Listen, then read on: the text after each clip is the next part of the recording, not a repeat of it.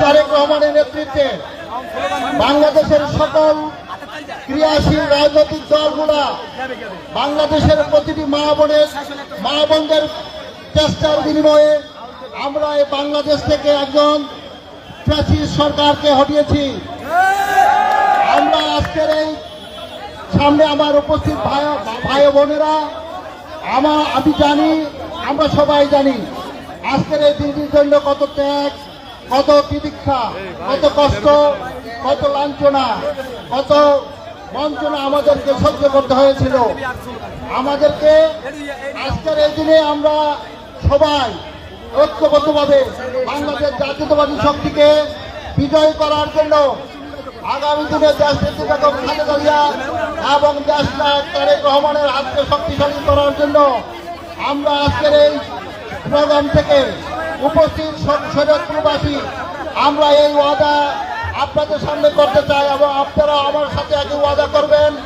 আগামী দিনে বাংলাদেশ জাতীয়তাবাদী দল বিএনপির কান্ডারি দেশনায়ক জনাব তারেক রহমান আমাদের মাঝে আসবে। আমরা সবাই তাকে প্রাণ ঢালা অভিনন্দন জানাবো এবং তার সাথে সাথে আমরা শরীয়তপুরের মাটি থেকে আমরা ঘোষণা করব যে বাংলাদেশের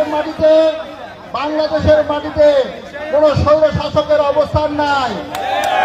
বাংলাদেশের মাটিতে দেশনায়ক জনাব তারেক রহমানের নেতৃত্বে আগামী দিনে বাংলাদেশ, আমরা স্বাধীন বাংলাদেশ এই 26-এর চেতনায় উজ্জীবিত হয়ে 71-এর চেতনায় উজ্জীবিত হয়ে আমরা আগামী দিনের বাংলাদেশ দেশনায়ক জনাব তারেক রহমানের নেতৃত্ব করব।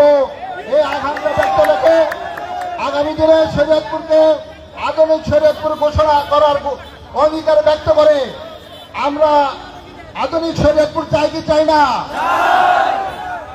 ইনশাআল্লাহ আগামী দিনে বিএনপির নেতৃত্বে তারেক রহমানের নেতৃত্বে দেশনেত্রী বেগম খালেদা জিয়ার নেতৃত্বে যে জোয়ার সারা দেশে আজকে গণদুগা উঠেছে, সে জোয়ারকে আমরা ভোটের মাধ্যমে, ব্যালটের মাধ্যমে আগামী দিনে আমাদেরকে তারেক রহমান বিএনপির নেতৃত্ব যেই আমাদের কাছে প্রতিনিধি পাঠাবে, আমরা সেই প্রতিনিধির নেতৃত্বে ঐক্যবদ্ধভাবে আমরা ইনশাআল্লাহ ধানের শীষকে বিজয় করবো। সবাই রাজি না?